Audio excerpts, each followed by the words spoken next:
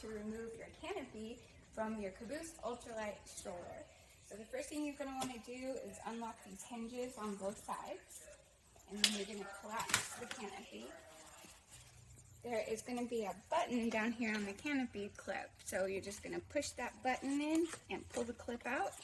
Do the same on the opposite side. There you go.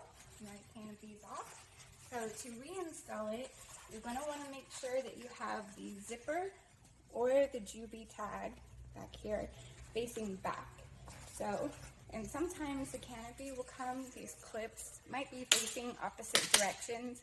There's nothing wrong with it. You can just line them up the same way on both sides.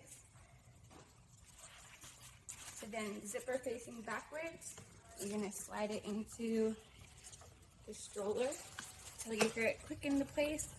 Click, click, and then you can adjust your canopy any way you need to. And then just lock these hinges back into place.